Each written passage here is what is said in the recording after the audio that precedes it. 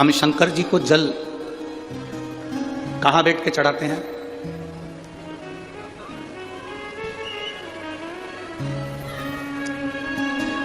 बोलो बोलो, जल के बोलो जरा।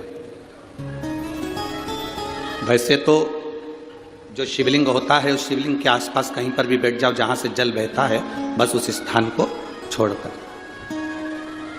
पर विशेष जल चढ़ाने का स्थान कहां से बताया गया? उत्तर की ओर मुख कर। हमें दक्षिण में बैठना है, उत्तर में मुख करना।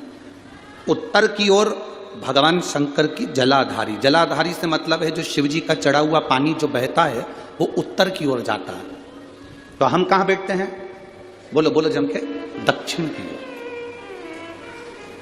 मान लो शिव जी का पानी इधर जा रहा है तो तुम्हें इधर बैठना, शिव जी का पानी इधर जा रहा है तो तुम्हें इधर बैठना। वैसे तो शंकर के शिवलिंग के आसपास कहीं पर भी बैठकर पूजन कर सकते हो, पर विशेष कोई कामना होती है, विशेष कोई मनोकामना है और आपका दुख जब कटता नहीं है, आप हार जाते हो, तब उस समय पर दक्षिण में बैठकर जहां उत्तर की ओर मुख कर कर भगवान देवाधिदेव महादेव को जल समर्पित किया जाता है। उत्तर दिशा में ऐसा क्या है कि शंकर जी का जल उत्तर की ओर जाता है? ये उत्तर और दक्षिण, ये दो दिशा तो हमारे यहाँ बड़ी विचित्र मानी जाती है। हमारे यहाँ सबसे अच्छी दिशा, कोई मकान भी लेता है तो कहता है पूरा पश्चिम का मकान होना चाहिए। कोई मकान ले, पूर्व का मकान हो, पश्चिम का मकान हो। कोई दुकान ले तो कहते हैं पूरा पश्चिम का मकान दुकान हो। और मेरा वो घरदानी तो उत्तर दक्षिण का आनंद लेता, उत्तर दक्षिण। ऐसा दक्षिण दिशा में ऐसा क्या है कि शंकर जी का चढ़ा हुआ जल दक्षिण में ही जाता है? यहां तक शिव महापुराण की कथा कहती है, मान लो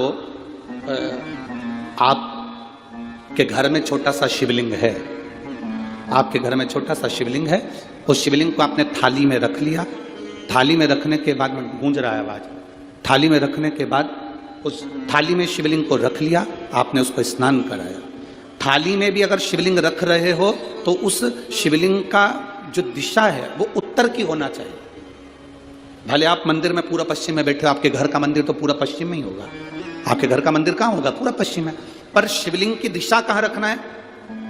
उसकी जलाधारी की दिशा कहाँ रखना है? जम के बोलो जरा, उत्तर। आप मंदिर में पूरा पश्चिम में बैठो, आपके घर के मंदिर में आप पूरा पश्चिम में बैठ के पूजन करो, क्योंकि आपका मंदिर पूरा पश्चिम ही होगा। ऐसा कोई घर नहीं जिसके घर के अंदर मंदिर पूरा पश्चिम में नहीं है। आप पूरा पश्चिम में बैठो, पर शिवलिंग को थाली में भी रखो तो उसकी जलाधारी उत्तर की होना चाहिए। आपने अगर स्नान कराया है, शंकर भगवान के शिवलिंग का जल जो आप लेकर जा रहे हो विसर्जन करने के लिए, शिवलिंग का चढ़ा हुआ पानी जो भगवान को हम घर में स्नान कराते हैं, भगवान को घर में नहलाते हैं, स्नान का जो जल होता है उसको हम ले जाकर जब वृक्ष में डालते हैं, उस समय पर शंकर का घर में चढ़ा हुआ जल जब हम ले जाकर उसको डालते हैं वृक्ष में, अगर आपका ध्यान उत्तर की ओर है, आपका मुख उत्तर की ओर है, भले आप जल डाल रहे हैं पर मुख यदि आपका उत्तर की ओर है तो आपकी मनोकामना पूर्ण होती ही है, ये निश्चित है। शिव जी का चढ़ा हुआ जल भले हमने अपने घर में स्नान कराया, भले हमने अपने घर में नहलाया, शिवलिंग को अपने घर में स्नान कराया, पर उसका जो जल नहलाने के बाद सब भगवान जब नहा लिए, अपने शिव जी को नहला लिया, वो जल रखा है, पूजन अर्चना सब हो गई, बाद में आप पूजन पे से उठे, उस जल को लेकर गए, आपने जो विसर्जन किया उस जल को आपने पेड़ पौधे में डाला, वो जल उत्तर, भले आपका वृक्ष कहीं पर भी हो पर आपका मुख उत्तर का है और आप उस जल को, शंकर के चढ़े हुए जल को आप पेड़ पौधे में डाल रहे हैं, मतलब आपकी राहें खुल जाएगी और मंजिल तक आप पहुंचोगे जरूर, ये निश्चित।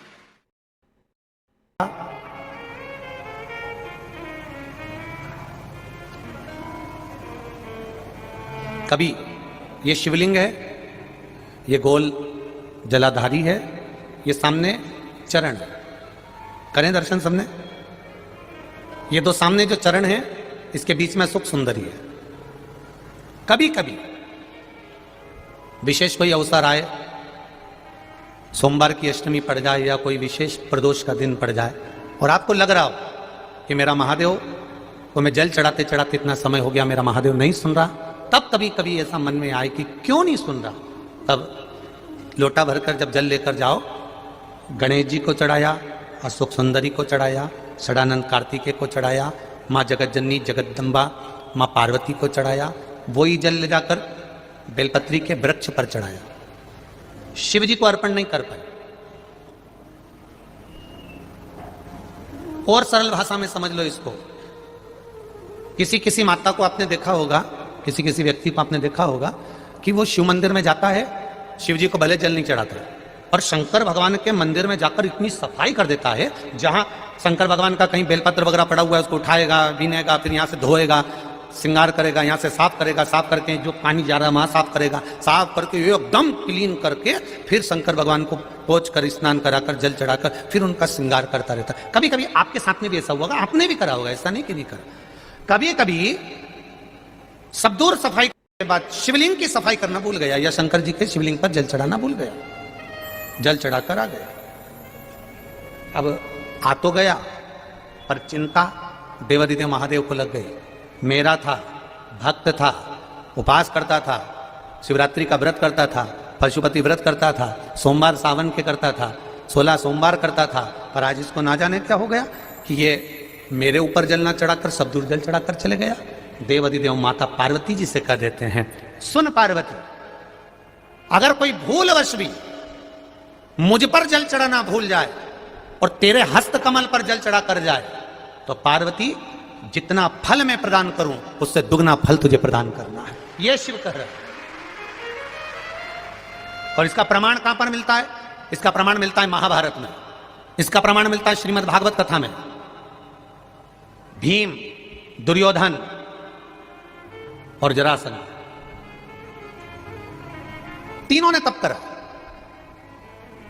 तीनों बैठे हैं अलग अलग शंकर भगवान का भजन करने के लिए, और तीनों शिव जी का भजन कर रहे हैं, तीनों शंकर भगवान का गुणगान कर रहे हैं, तीनों शिव जी का तप कर रहे हैं।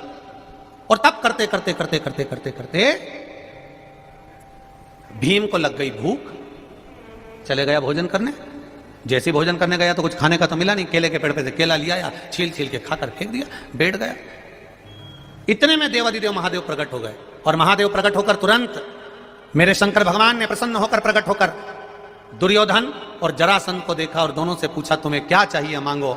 दुर्योधन और जरासंध ने कहा, हमको 100 हाथियों का बल दे दो। शंकर भगवान ने कहा, 100 हाथियों का बल? तथास्तु। शंकर भगवान ने तथास्तु तो कह दिया। भीम बैठकर केला खा रहे थे और जरासंध और दुर्योधन जाते जाते हंस दिए। बताओ, इस खबड्डे को देखो, हफ्सी को देखो, खाने के चक्कर में इसको आशीर्वाद नहीं मिला और हमको 100 हाथियों का बल मिल गया। किसी पर मत हंसना। दुर्योधन और जरासंध भीम पर हंसे थे, और दुर्योधन और जरासंध भीम पर हंस दिए। भीम का मुंह उतर गया, चेहरा उतर गया, केला छोड़ा, भीम तप करने चले गया। तप करने गया तो भीम जान गया कि मैं अब तप करूंगा तो महादेव का नहीं करूंगा, पार्वती जी का करूंगा। अभी आपको कथा में कहा था कि केवल जलाधारी भी अगर आप स्पर्श कर कर बेलपत्री आदि कादिक जो निर्माल्य पड़ा हुआ है उसको उठाकर, बहुत बड़ा दोष है एक, शायद आपने भी जिंदगी में कभी करा होगा, अब कर दिया हो, अब मत करना। कौन सा दोष? जैसे ये शिवलिंग, ये जलाधारी, ये मट्टी का दिया जलता हुआ, लोग भगवान को दिखा के, जो ये जलाधारी होती है ना, इसकी जो किनोर होती है ना, कई लोग उस दिए को इस किनोर पे रख देते हैं।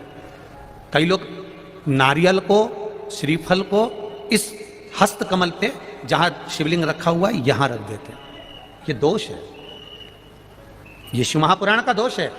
शिव पुराण कहती है, अगर पशुपति व्रत कर रहे हो, आप कोई व्रत कर रहे हो, कोई कामना कर रहे हो, तुम्हारे पास में अगर श्रीफल, पशुपति व्रत करने के बाद 5वें दिन भी अगर तुम श्रीफल चढ़ा रहे हो, तो वो श्रीफल ये जलाधारी पर नहीं रखना है। उस श्रीफल को भेंट के साथ में शंकर भगवान की जलाधारी शिवलिंग इसके ठीक सामने नीचे जमीन पर रखना है। उसका फल यह होता है कि तुमने जो पशुपति व्रत करा, शंकर भगवान ने उसको स्वीकार कर लिया और वर प्रदान कर दिया।